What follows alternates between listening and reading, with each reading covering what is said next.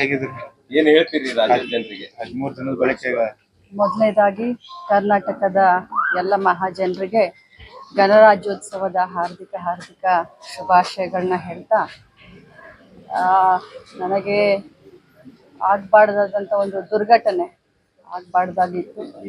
ಆದರೆ ಪ್ರಾಣಾಯಾಮ ಅಂದರೆ ನಾನು ಯಾವ ರೀತಿ ಒಂದು ಕೊನೆ ಹಂತವನ್ನು ನೋಡಿ ಇವತ್ತು ಬದುಕಿನಲ್ಲಿ ಹೋರಾಟ ಮಾಡಿ ಇವತ್ತು ಬದುಕಿ ಮತ್ತೆ ಹೊರಗಡೆ ಬರ್ತಾ ಇದ್ದೀನಿ.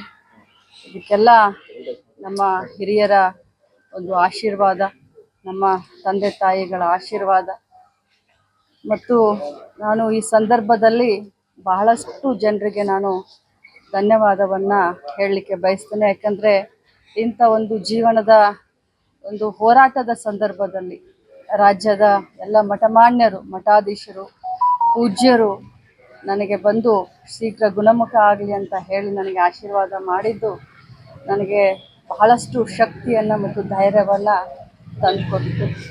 ಜೊತೆಯಲ್ಲಿ ನಮ್ಮ ರಾಜ್ಯದ ಮುಖ್ಯಮಂತ್ರಿಗಳು, ಸಚಿವ ಸಂಪುಟದ ಎಲ್ಲ ಸದಸ್ಯರು, ವಿಧಾನ ಪರಿಷತ್ ಸದಸ್ಯರು, ಎಲ್ಲ ಶಾಸಕರು, ಹಾಲಿ ಮಾಜಿ ಶಾಸಕರು, ಮಂತ್ರಿಗಳು, ಉಪಮುಖ್ಯಮಂತ್ರಿಗಳು, ನಮ್ಮ AICC ಜನರಲ್ ಸೆಕ್ರೆಟರಿಗಳಾದಂಥ ಸುರ್ಜೇವಾಲಾ ಅವರು ವಿಶೇಷವಾಗಿ ನನ್ನ ಆರೋಗ್ಯವನ್ನು ಹೇಗಿದೆ ಅಂತ ವಿಚಾರಿಸಲಿಕ್ಕೆ ಇಲ್ಲಿವರೆಗೆ ಬಂದು ನನಗೆ ಧೈರ್ಯವನ್ನು ಹೇಳಿದರು. ಅವ್ರಿಗೂ ಕೂಡ ನಾನು ಧನ್ಯವಾದವನ್ನು ತಿಳಿಸ್ತೀನಿ. ಜೊತೆಯಲ್ಲಿ ನನ್ನ ಪುಣ್ಯವೋ ಏನೋ ಗೊತ್ತಿಲ್ಲ, ರವಿ ಪಾಟೀಲ್ ಅವರು, ವಿಜಯ ಹಾಸ್ಪಿಟಲ್ನ ಎಲ್ಲ ಡಾಕ್ಟರ್ಗಳಾಗಿರ್ಬೋದು, ಸಿಬ್ಬಂದಿಗಳಾಗಿರ್ಬೋದು, ನನಗೆ ಒಂದು ಕ್ಷಣ ಕೂಡ ಇಂಥ ಒಂದು ದೊಡ್ಡ ಅಪಘಾತ ಆಗಿದೆ, ಇಂಥ ಒಂದು ಇಂಜುರಿ ಆಗಿದೆ ಅನ್ನೋದನ್ನ ನನಗೆ ಒಂದು ಕ್ಷಣಕ್ಕೂ ಕೂಡ ಡಾಕ್ಟರ್ ಎಲ್ಲಿದ್ದಾರೆ, ಒಂದು ಕ್ಷಣಕ್ಕೂ ಕೂಡ ನನಗೆ ಆ ಒಂದು ಭಾವನೆಯನ್ನು ತರಲಿಲ್ಲ. ನನಗೆ ಕ್ಷಣದಲ್ಲೂ ನನಗೆ ಧೈರ್ಯವನ್ನು ತುಂಬಿದ್ರು. ಅವರೆಲ್ಲ ಸಿಬ್ಬಂದಿಗಳು, ಎಲ್ಲ ವೈದ್ಯರ ತಂಡಕ್ಕೆ ನಾನು ನಿಜವಾಗ್ಲೂ ಧನ್ಯವಾದವನ್ನು ಅರ್ಪಿಸಲಿಕ್ಕೆ ಬಯಸ್ತೇನೆ.